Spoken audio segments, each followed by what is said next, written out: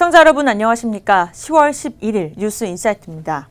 일본의 수출 규제 조치가 시작된 지 100일째가 되는 오늘 한국과 일본의 국장급 인사가 만납니다.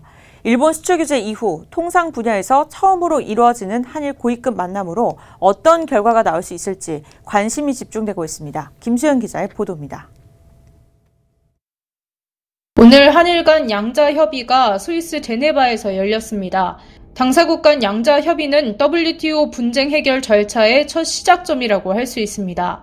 정부는 지난달 11일 반도체, 디스플레이 핵심 소재 3개 품목에 대한 일본 수출 제한 조치를 WTO에 제소했습니다. 양자 협의 요청 서한을 일본 정부에 전달했고 이에 일본이 9일 만인 지난달 20일 이를 수락하면서 양자 협의가 마련된 겁니다. 이번 양자 협의는 국장급을 수석 대표로 진행합니다. 한국에서는 정해관 산업부 신통상질서협력관이, 일본에서는 구로다 주니치로 경제산업성 다자무역 시스템 담당 국장이 수석 대표로 자리에 나올 예정입니다. WTO 분쟁 절차에서의 양자 협의는 과장급 실무자 선에서 진행되는 것이 일반적이지만 한일 양국 모두 이번 사안을 중대한 것으로 보고 고위급 협의를 진행한 겁니다. 정해관 산업부 신통상질서협력관은 양자 협의를 위한 출국길에서 일본의 이번 조치가 WTO 협정에서 문제가 있고 비합치된다는 점이 있기 때문에 해당 문제를 조기에 해결할 수 있도록 노력하겠다고 말했습니다. 한국은 이번 협의에서 일본이 관세무역 일반협정에서 규정한 최혜국 대우와 수량 제한의 일반적 폐지, 무역 규칙의 공표 및 시행 위반 등을 집중 거론합니다.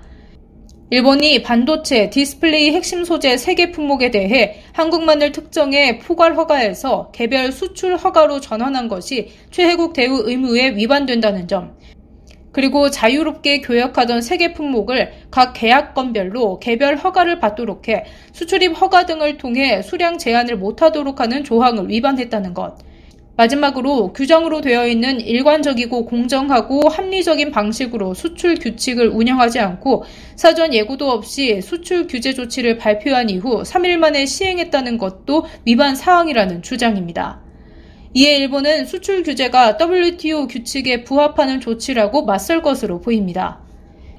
이번 양자 협의에서 60일 안에 합의가 이루어지지 않으면 WTO에 재판정인 패널을 설치하면서 수년에 달하는 장기전에 들어가게 됩니다.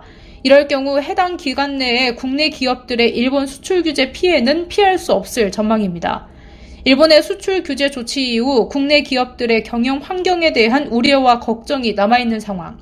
이번 한일 양국 고위급 협의가 문제 해결의 실마리가 될지 아니면 장기화의 시작이 될지 주목됩니다. 박스뉴스 김수현입니다.